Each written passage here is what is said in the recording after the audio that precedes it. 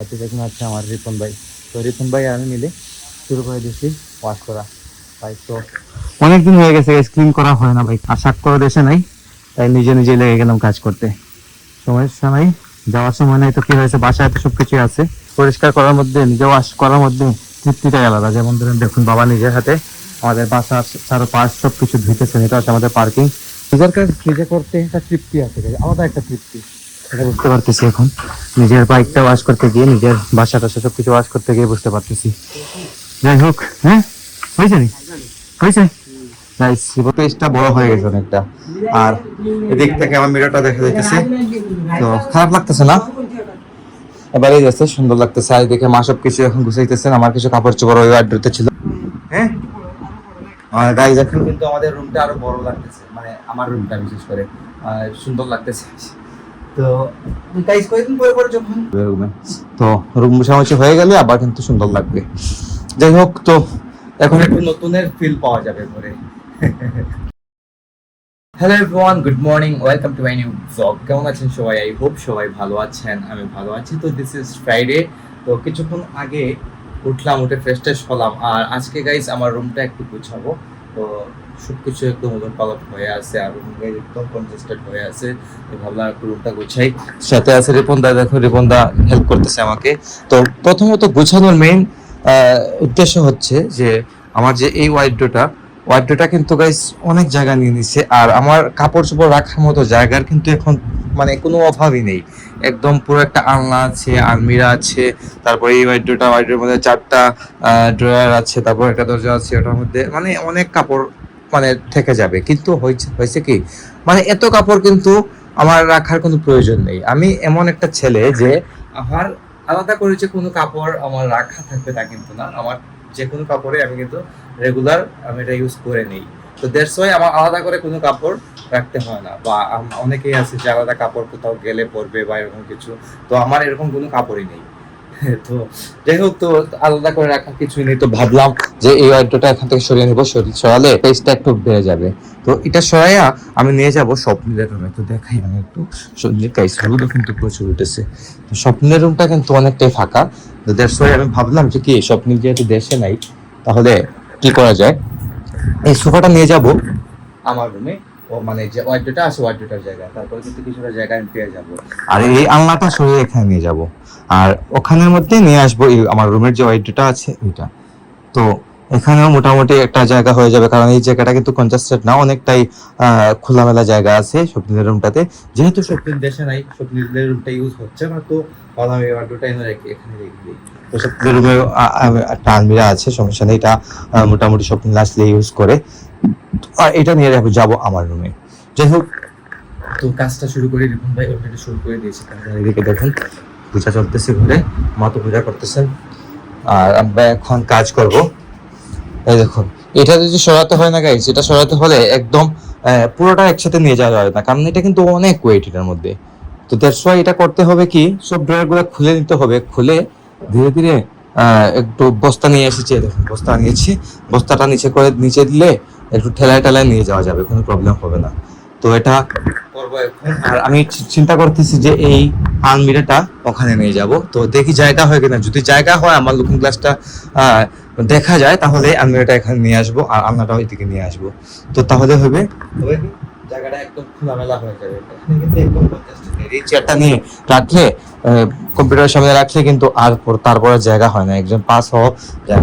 একটু খোলামেলা পরিবেশ চাইছিলাম আর কি, যেহেতু বাসায় মাত্র আমরা 3জনে থাকি এখন, আমার 2 ভাই দেশের বাইরে। তো ভাবলাম যে একটু খোলামেলা রাখি। আর যেহেতু এই সাইডের রুমটা ইউজ হচ্ছে না, সব মিলে আসবে তবে জানি না, আসলে না ইউজ হবে, তার আগে তো আর ইউজ হবে না। এখন আমি আর রিপন ভাই কাজে লেগে গেছি। রিপন ভাই সবগুলো সরাইতেছে, আর ড্রয়ার গুলা এখন বের করবো। ড্রয়ার গুলা বার করলাম আস্তে আস্তে। দেখুন ড্রয়ার গুলা ধীরে ধীরে বের করবে। পারবা না মনে হয় না, বারবার করি সবটুকু আবার তুই কথা নাই গাইস। ও কিন্তু একা পারবে না, আমাকে ধরতে হবে। আর আমাকে ধরতে হলে আমি ক্যামেরাটা ধরতে পারবো না। যাই হোক, তো আমি আমি আমি একা পারবে না গাইস, একা সবকিছু করতে পারবে না। তাকে তো ইচ্ছা রাখে দাও, রাখে দাও, বিছনা রাখে দাও, বিছনা সমস্যা না, বিছনা এটা অনলাইন লাগবো, আজকে দোয়া লাগবো, গাইস আমি যেহেতু আজকে রুমটাতে ধরেছি তাই কিন্তু তাহলে সবকিছু একদম গুছিয়ে নিতে হবে, সবকিছু একদম আমি গুছিয়ে নেবো ধীরে ধীরে। তো আমি কাজটা শেষ করি গাইস, শেষ করি দেন আপনাদেরকে দেখাবো কেমন লাগে রুমটা। গাইস দেখুন ফার্নিচার গুলো সরিয়ে নিলাম, মানে ওয়ার্ডরোবটা সরিয়ে নিলাম, আর এদিকে আমার আলমিরাটা সেট হয়ে গেছে, আলনাটা এদিকে সেট করলাম, এইদিকে সোফাটা সেট করলাম। দেখুন এখন কিন্তু একদম ক্লিয়ার হয়ে গেছে সবকিছু, মানে পেজটা বড় হয়ে গেছে অনেকটা। আর এদিক থেকে আমার মিররটা দেখা যাইতেছে, তো খারাপ লাগতেছে না, এবারেই যাচ্ছে, সুন্দর লাগতেছে। আর এদিকে মা সব কিছু এখন গুছাইতেছেন, আমার কিছু কাপড় চোপড় ওই ওয়ার্ডরোবে ছিল, এখন ওয়ার্ডরোব থেকে এখানে নিয়ে আসা হবে। সবকিছু রিটার্ন ক্লিনের কাজ চলতেছে, তো সাথে হেল্প করেছে রিপন ভাই, মাও ছিলেন। তো এখন সুন্দর হয়েছে হ্যাঁ। আর গাইজ এখন কিন্তু আমাদের রুমটা আরো বড় লাগতেছে, মানে আমার রুমটা বিশেষ করে সুন্দর লাগতেছে।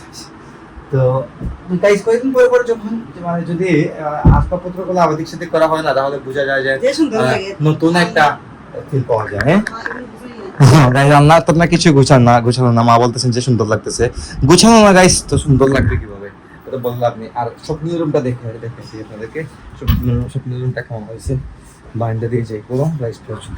এই হচ্ছে স্বপ্নের রুম, দেখুন স্বপ্নের রুমে এই ওয়াইডটা নিয়ে আসলাম, লাইটটা জ্বালাই। এই দেখুন স্বপ্নের রুমে আমার রুমের ওয়াইডটা নিয়ে আসলাম, আর এদিকে সাইডে আলনাটা ছিল, আলনাটা এদিকে নিয়ে আসলাম। তো গুছানো না গাইজ, সবকিছু গুছালো, বুঝতেই পারতেছেন, কিছু করার নেই। আর দেখতেছেন আমি ঘেমে একদম একাকার হয়ে আছি। তো এই চলতেছে করে, এখন নিট এন্ড ক্লিন হবে, নিচটি একদম পরিষ্কার হবে, ধুলাবালি যা আছে সবকিছু মোছামুছি হয়ে যাবে রুমে। তো রুম মোছামুছি হয়ে গেলে আবার কিন্তু সুন্দর লাগবে। যাই হোক, তো এখন একটু নতুনের ফিল পাওয়া যাবে ঘরে। তুমিও কি তাহলে তুমি বুঝলে ভাই মুছলাম গাইজ, রিপন ভাই এখন সবকিছু মোছামুছি করে দিয়ে দিবে, একদম ক্লিন করে দিয়ে দিবে সবকিছু আমাকে, তো ভালো হইবে। তো আমার আলমিরাটা একটু মুছে নিও গাইজ। এই কালো আলমিরা হলে কি হয় জানেন, এই দেখুন কালো আলমিরা হলে দাগ পড়ে যায়, এই দেখুন ধুলাবালিতে কয়েকদিন পর পরে মুছতে হয় গাইজ। তো দুই একদিন পর পর কিভাবে মুছে যাবে? আর আমার রুমে ধুলাবালিটা একটু বেশি হয়, কেন এদিকে খোলা তারপরে ওইদিকে খোলা, ধুলাবালিটা আমার রুমে একটু বেশি হয় সচরাচর সবসময় আমি দেখলাম। আর যে ধুলাবালিটা আমি কোন সময় দেখতে পারি না, আর আমার রুমে আমার সাথে এটা ঘটে সবসময়। তো কিছু করার নেই, এটা মেনে নিতে হবে, ধোয়া করতে হবে, মোছামুছি বেশি করে করতে হবে। তো আমি এখন একটু যাবো সেলুনে গিয়ে, চুল সেট করবো, গিয়ে একটু আসি, গিয়ে দেন কথা হবে। আর যাবো যে কিভাবে যে যাবো আমি বুঝতে পারতেছি না, কারণ হচ্ছে বাইরে প্রচন্ড রোদ। গাড়ি নিয়ে যেতে পারবো, তা করা যায়, গাড়ি নিয়ে যেতে পারবো, কিন্তু গাড়ি নিয়ে গেলে কি হবে জানেন, অনেকটা টাইম লেগে যাবে, এই হচ্ছে বিষয়, কিছু না। আর বাইক নিয়ে গেলে যাওয়া আসা করতে মাত্র 7-8 মিনিট 10 মিনিটের সময় লাগে। যাই হোক, তো হাসি গিয়ে সেলুন থেকে তেনার কথা হবে আপনার সাথে। গাইস আমি আসলাম এখন সেলুন থেকে, চুল সেট করে আর এসেই তো দেখলাম বাবা আর রিপন ভাইয়ের আমাদের পার্কিং গুলো পরিষ্কার করতেছেন, দেখুন। আর সাথে ভাবলাম যে আমি বাইকটা পরিষ্কার করে নিই, দেখুন বাইকটা নিজে পরিষ্কার করতে লেগে গেলাম। তো গাইস সার্ভিসিং সেন্টারে নেওয়া হয় না, মানে নেওয়ার মতো টাইম নেই। আর আজকে শুক্রবার যেহেতু বাসায় টাইম পেলাম, তো ভাবলাম যে বাইকটা একটু পরিষ্কার করে নিই। দেখুন একদম ভালো করে হুইল পাউডারের পানি এটার মধ্যে আছে, আর এদিকে রিপন ভাই আর আমি মিলে শুরু করে নিলাম বাইক ওয়াশ করা। 10 মিনিট সময় লাগে গাইস। আর আমাদের এখানে 5 আছে, 5 দিয়ে পানিটা নিয়ে দেওয়া যায়, দ্যাটস ওয়াই পরিষ্কার করা শুরু করে দিলাম।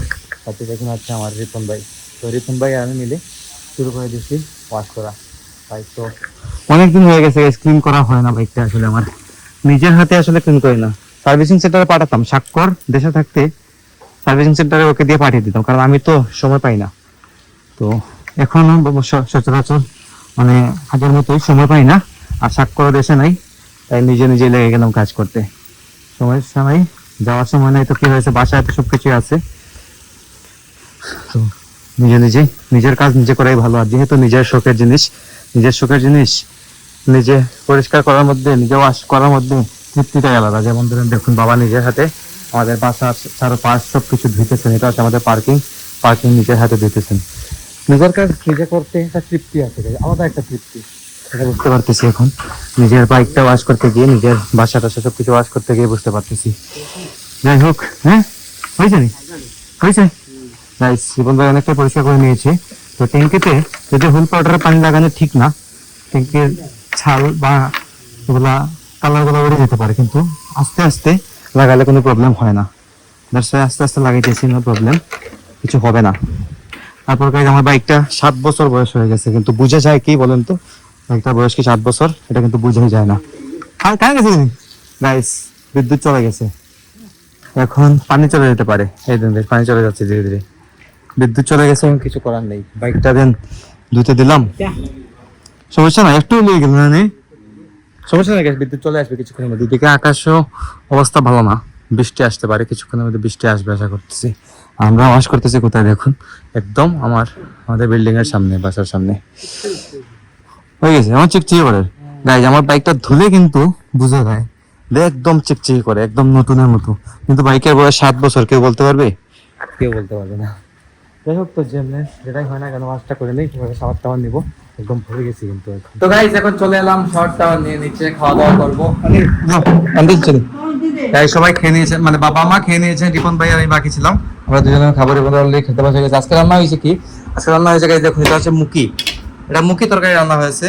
তারপর হচ্ছে ছোট ছোট করে মাছের ভাজি আর কারকুল ভাজি, আর এটা হচ্ছে টক। তো এটা কি তা কথা, এটা ইয়ে বাবু লাউ দিয়ে আর স্বল্প পাতা দিয়ে টক রান্না হয়েছে। যাই হোক, মা এখন আমার খাবার নেবেন। তো খাওয়া দাওয়া করবো, খাওয়া দাওয়া করে ভিডিও এডিটিং শুরু করব। আর কারণ হচ্ছে গিয়ে যে ব্লগটা আজকে কমপ্লিট হয়ে গেছে, অনেকটাই হয়ে গেছে ব্লগ, তো ব্লগটা বানাচ্ছি না, এখানে এন্ড করে দিচ্ছি। আপনারা আমাকে আমার ফেসবুক ইনস্টাগ্রামে ফলো করতে পারেন, আমার ফেসবুক ইনস্টাগ্রাম লিংক নিচে ডেসক্রিপশনে পেয়ে যাবেন। এন্ড আই হোপ আজকের ভিডিওটা আপনাদের ভালো লেগেছে। ভিডিও ভালো লাগলে অবশ্যই লাইক করবেন, কমেন্ট করবেন, শেয়ার করবেন এবং চ্যানেল নতুন হয়ে থাকলে সাবস্ক্রাইব করে আমাকে সাপোর্ট করবেন। তো দেখা হচ্ছে নেক্সট ভিডিওতে, সুস্থ থাকুন। Thank you so much for watching.